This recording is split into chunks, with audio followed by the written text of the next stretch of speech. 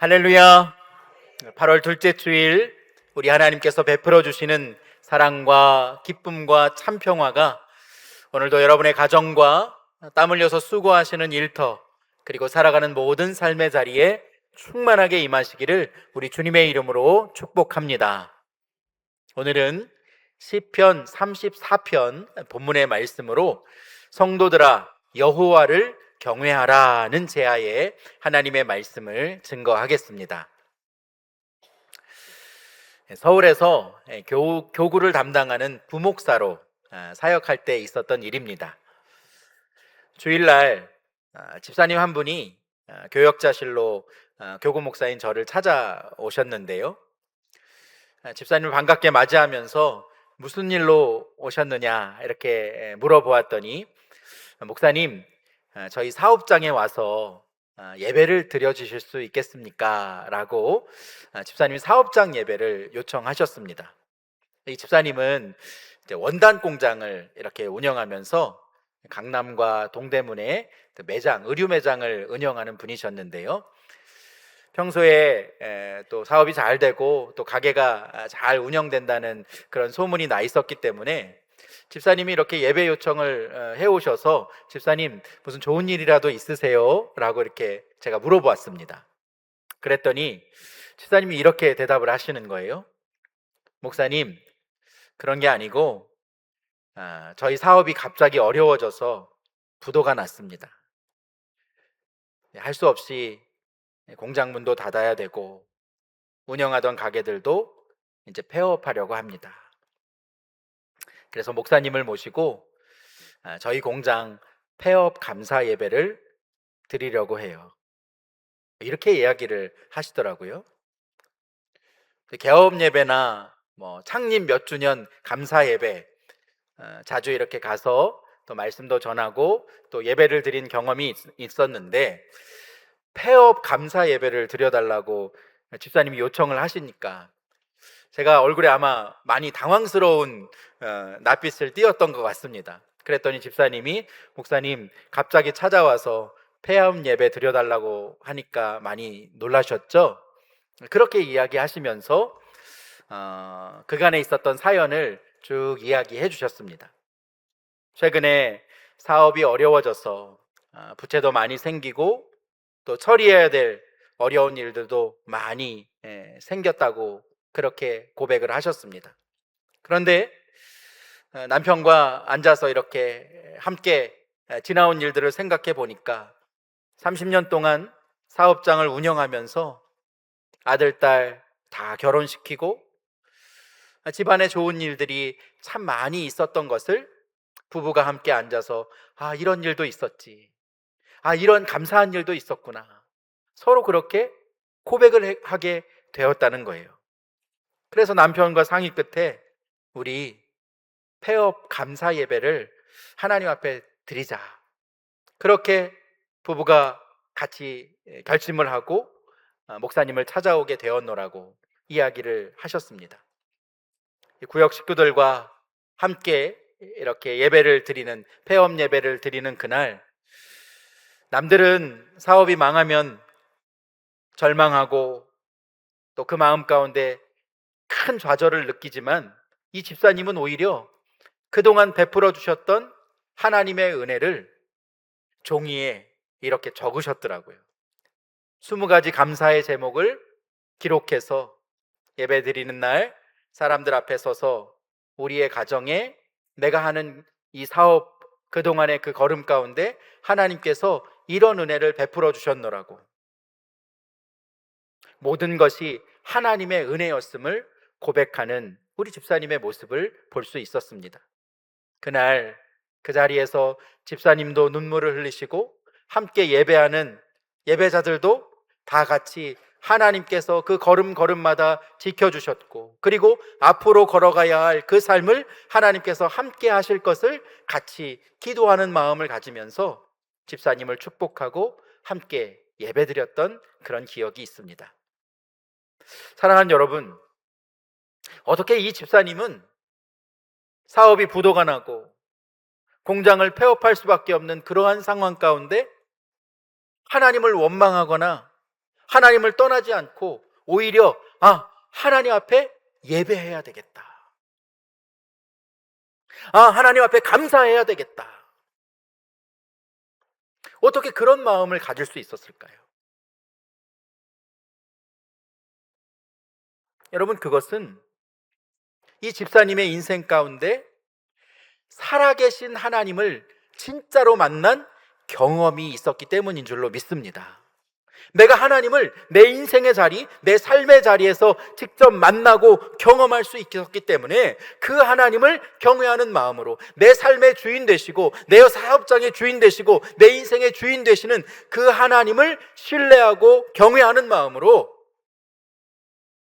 공장이 폐업을 하는 그런 상황 가운데도 하나님 앞에 감사하는 예배로 영광 돌릴 수 있었던 것입니다.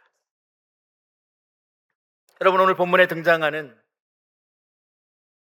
이렇게 상황과 어울리지 않는 이런 고백으로 하나님을 찬양하는 한 사람의 고백이 등장합니다. 그 사람은 바로 다윗입니다. 여러분이 아시는 것처럼 다윗은 통일 이스라엘 왕국의 두 번째 왕으로 어린 시절 사무엘에게 기름 부음을 받고 하나님 앞에 선택받은 사람이었습니다. 그는 모두가 두려워하는 블레셋의 장수 골리앗을 물리친 민족의 영웅이기도 했습니다. 다윗이 골리앗을 물리쳤다는 그 소식을 듣고 사람들이 다윗을 노래하는 노래를 만들어서 거리에서 부르기 시작했습니다. 그런데 그 노래가 누구의 마음을 불편하게 했을까요? 바로 사울의 마음, 사울 왕의 마음을 불편하게 했습니다. 그 이야기를 사무엘상 18장 8절과 9절에 이렇게 기록합니다. 사울이 그 말에 불쾌하여 심히 노하여 이르되 다윗에게는 만만을 돌리고 내게는 천천만 돌리니 그가 더 얻을 것이 나라 말고 무엇이냐 하고 그날 후로 사울이 다윗을 주목하였더라 기록합니다.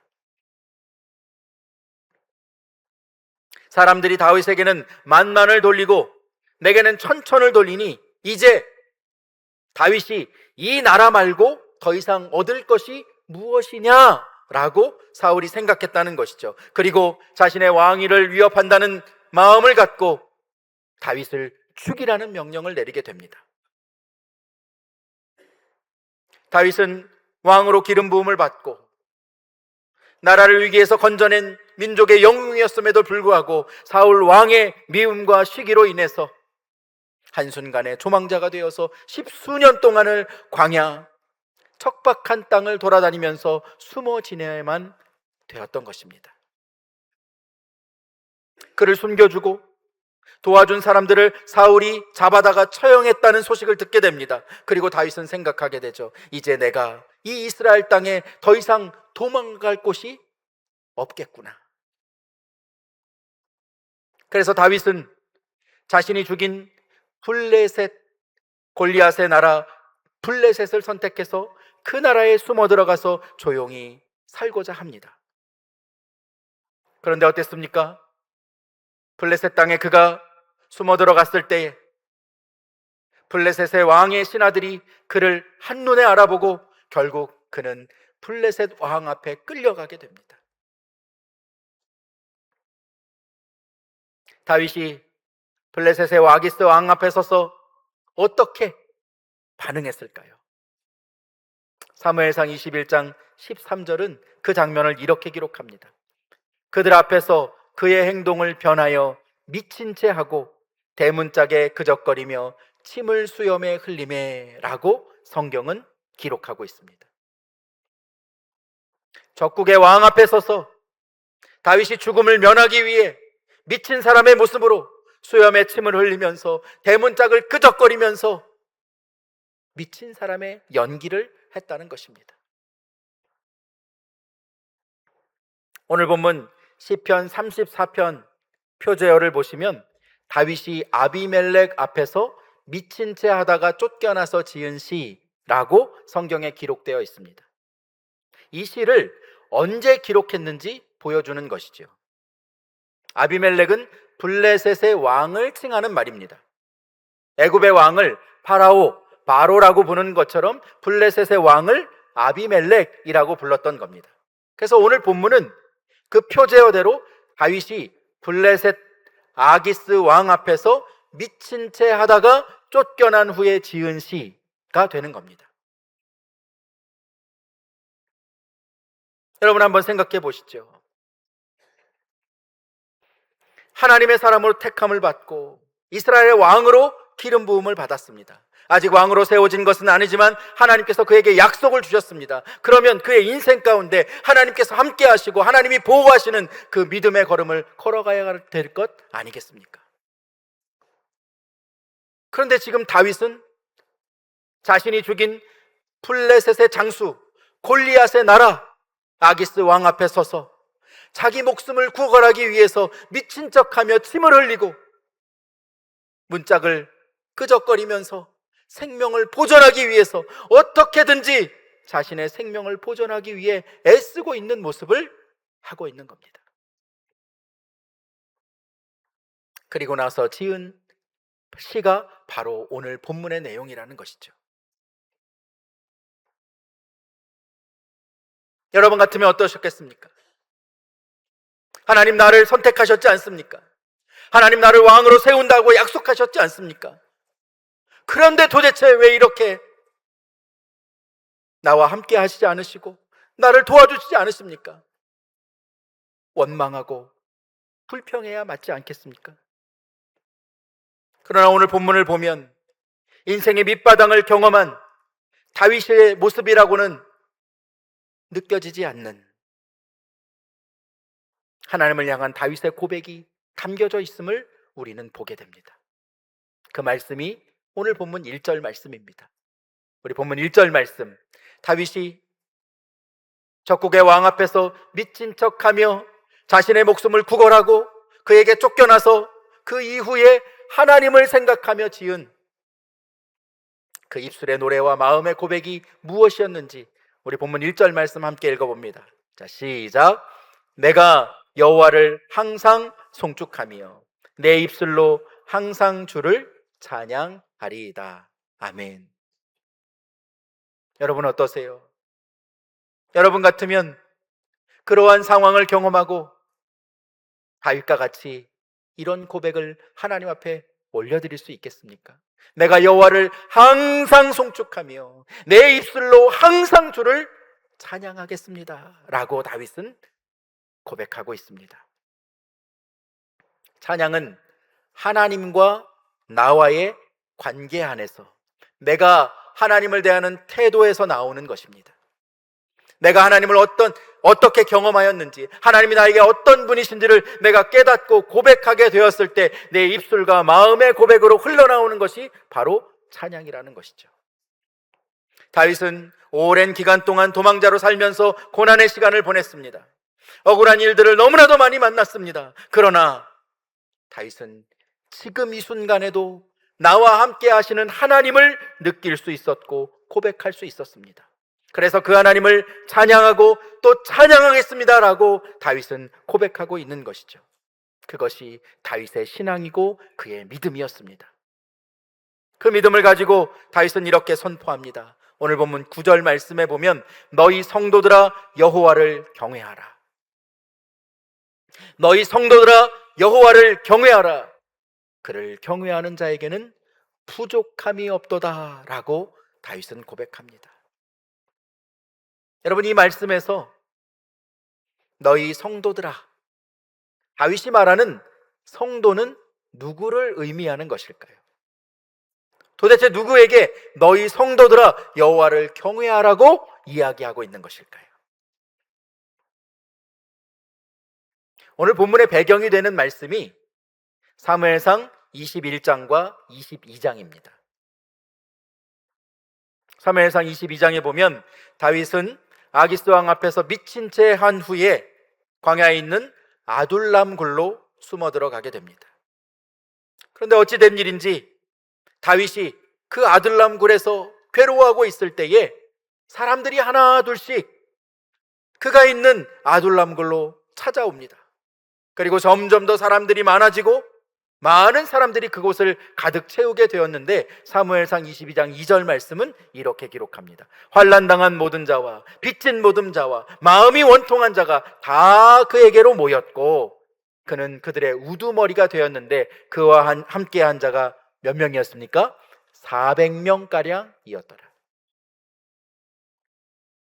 다윗이 아둘람굴에서 고통스러워하고 외로워하고 있을 때 하나님은 다윗과 같이 환난받고 곤고하고 마음에 빚을 지고 어려움에 있었던 사람들을 하나 둘씩 그에게 보내주셨습니다.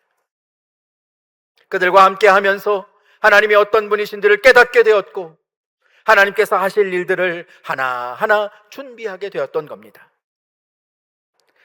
다윗은 자신과 똑같은 처지에 있었던 사람들에게 너희는 하나님을 경외하라고 선포합니다. 다윗이 그렇게 말한 이유는 자신이 하나님을 먼저 경험했기 때문입니다. 자신의 삶 속에서 하나님을 만나고 경험했기 때문이죠. 오늘 본문 말씀을 통해서 다윗이 그 험난한 인생 가운데 어떤 하나님을 만날 수 있었는지, 다윗이 만난 하나님은 어떤 분이신지 오늘 세 가지로 함께 살펴보면서 우리도 그 하나님을 만나고 그 하나님을 경외하는 신앙으로 나아가는 여러분들 되시기를 주님의 이름으로 축원합니다. 먼저 첫 번째, 다윗이 경험한 하나님은 부르짖는 자의 기도를 어떻게 하시고? 들으시고, 부르짖는 자의 기도를 들어주시고 신실하게 응답하시는 하나님을 다윗은 경험했습니다. 오늘 본문 4절은 이렇게 기록합니다. 내가 여호와께 간구하매 내게 무엇하시고? 응답하시고 내 모든 두려움에서 나를 건지셨도다 라고 다윗은 고백합니다. 여러분, 지금 다윗은 블레셋의 가드왕 아기스 앞에 서 있습니다. 가드의 영웅 골리앗을 죽였으니 자신을 죽인다고 해도 할 말이 없습니다. 그런데 그때 다윗은 하나님을 떠올렸습니다. 하나님을 기억했습니다. 두렵고 비참한 상황이었지만 그의 마음은 하나님을 찾고 구합니다. 하나님, 지금 이 순간 나에게 지혜를 주시고 하나님, 지금 이 순간 나를 살려 주옵소서. 하나님, 나와 함께 하여 주셔서 내가 이곳에서 살아날 수 있도록 하나님의 은혜를 베풀어 주옵소서라고 그의 마음 가운데 하나님 앞에 간절히 기도했던 것입니다. 그리고 하나님은 다윗을 두려움에서 건져내 주셨다라고 기록합니다. 다윗의 두려움이 없어진 것이 아니라 하나님께서 그를 두려움에서 건져내 주셨다는 것입니다. 어려운 상황, 위기의 상황은 남아있지만 하나님께서 그를 그곳에서 건져주셨다라고 다윗은 고백합니다. 그리고 이어지는 6절 말씀에서 다윗은 이렇게 고백하고 있습니다. 6절 말씀 함께 읽습니다. 시작. 이 곤고한 자가 부르짖음에 여호와께서 들으시고 그의 모든 환난에서 구원하셨도다. 아멘. 다윗은 하나님 앞에서 자신을 곤고한 자라고 고백하고 있습니다. 겸손한 그의 고백이죠. 환난의 순간, 위기의 순간 하나님께서 지혜를 주셔서 이방의 왕 앞에서 미친 채 하며 목숨을 보존할 수 있도록 하나님께서 나를 지켜주셨음을 그는 깨닫고 고백하게 된 것입니다. 다윗은 이 경험을 통해서 하나님은 내가 부르짖을 때 응답해 주시는 분임을 그 마음 가운데 확신하게 됩니다. 그리고 하나님을 더욱더 경외하는 삶으로 한 걸음 한 걸음 나아갈 수 있었습니다. 사랑하는 여러분, 우리도 하나님의 자녀로 부르심을 받은 사람들인 줄로 믿습니다. 여러분, 그러면 믿지 않는 사람들, 남들과는 다르게 뭔가 일이 더 잘 되고 내 삶 가운데 좋은 소식, 잘 되는 소식들이 넘쳐야 될 것 같은데 내 삶의 현실을 보면 여전히 우리의 삶은 고난 가운데 있고 때로는 억울하고 때로는 불안할 때가 너무나도 많음을 보게 됩니다. 열심히 일하던 직장에서 갑자기 해고 통보를 받을 때가 있습니다. 자녀의 문제 때문에 밤잠을 이루지 못하고 눈물로 기도할 때가 있습니다. 원치 않는 검사 결과를 받아들고 왜 나에게 이런 일이 생겼나? 하나님 도대체 왜 저입니까? 근심하고 걱정하는 분들도 있습니다. 오랫동안 하나님 앞에서 붙들고 기도했지만 아무것도 나아지지 않는 상황으로 인해서 그 마음에 낙심하고 근심하는 분들도 이 자리에 있을 것입니다. 사랑하는 성도 여러분, 인생의 문제와 어려움으로 인해서 남몰래 눈물 흘리고 계신 분이 있습니까? 어떻게 해야 할지 앞이 보이지 않는 답답한 상황으로 인해서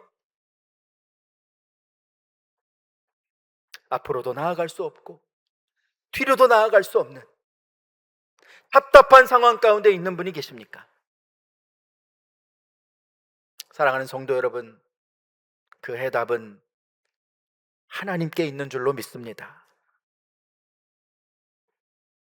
우리 인생에서 경험하는 어려움과 고통과 아픔과 눈물의 시간의 해답은 하나님께 있다는 것을 여러분 기억하실 수 있기를 바랍니다. 그러므로 하나님을 찾으십시오. 하나님을 부르짖으십시오. 하나님께서 반드시 부르짖는 자에게 만나주시는 은혜를 베풀어 주실 줄로 믿습니다. 모든 두려움에서 우리를 건져주시는 그 하나님을 여러분 찾고 구하고 만나고 경험하며 하나님을 더욱더 신뢰하고 경외하게 되는 여러분 모두가 되시기를 주님의 이름으로 축복합니다. 두 번째, 다윗이 그 삶을 통해서 경험한 하나님은 환난 가운데 자기 백성을 버리지 않으시고 언제나 함께 하시는 하나님이셨습니다. 인생의 문제 앞에서 어려움 가운데 지쳐 쓰러져 눈물을 흘리고 있을 때 하나님은 다윗을 버리지 않으시고 그와 함께 해주셨습니다. 그것을 오늘 본문 7절 말씀은 이렇게 기록하고 있습니다. 7절 말씀 화면을 보면서 함께 읽어봅시다. 시작. 여호와의 천사가 주를 경외하는 자를 둘러 진치고 그들을 건지시는도다. 아멘. 누가 둘러 진쳤다고 기록하고 있습니까? 여호와의 천사가. 다윗은 아기스 왕 앞에서 자신의 목숨을 구한 것이 우연히 일어난 일이 아님을 알았습니다. 하나님의 시선으로 해석하고 영적인 눈으로 바라보니 천사가 자신을 둘러 진치고 있었고 하나님께서 자신을 그곳에서 건져주셨음을 그는 고백하고 있는 것입니다. 이것이 바로 하나님을 경외해야 하는 이유입니다. 열왕기하 6장에 보면 아람의 왕이 엘리사 선지자를 붙잡으려고 도단이라는 성에 군대를 보냅니다. 선지자 한 사람을 잡기 위해서 군대를 보냈던 것이죠. 엘리사의 사환이 아침에 나가보니 성 밖에 군대와 말과 병거가 가득하게 성을 둘러싸고 있었습니다. 그 사환이 엘리사에게 내 주여 어찌하리까? 이제 우리는 죽은 목숨입니다. 엘리사에게 뛰어와서 탄식하며 말을 했습니다. 그때에 엘리사가 무엇이라고 이 사환에게 말하는지 열왕기하 6장 16절 말씀은 이렇게 기록하고 있는데요. 대답하되 두려워하지 말라.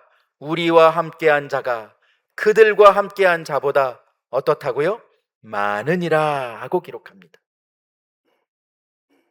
엘리사는 지금 우리와 함께하고 있는 자가 그들과 함께한 자보다 많다고 선포합니다.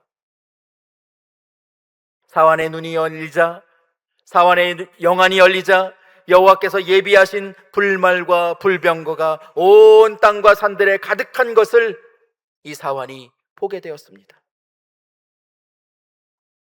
처음에는 아람의 군대만 보였지만 그의 영안이 열리게 되자 하나님의 군대가 둘러싸고 있는 모습을 그가 보게 되었던 것이죠. 사울의 군대가 쫓아오고 블레셋의 장수들이 위협해도 다윗이 죽지 않고 하나님 앞에 설 수 있었던 것은 언제나 그와 함께 하시는 하나님, 천사가 그를 둘러 진치고 항상 하나님께서 그를 보호해 주셨기 때문입니다. 그래서 다윗은 아둘람굴에 모여 있는 사람들에게 너희는 사람을 두려워하지 말고 오직 하나님을 경외하고 하나님을 섬기라고 담대히 선포하고 있는 것입니다. 사랑하는 여러분, 지금 여러분을 두렵게 만드는 것이 있습니까?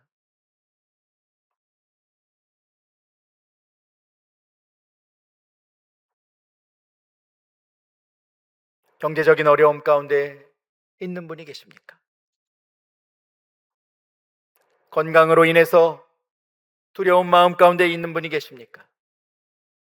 다른 사람들과의 관계와 알 수 없는 불안한 미래 때문에 두려움 속에 있는 분이 계십니까?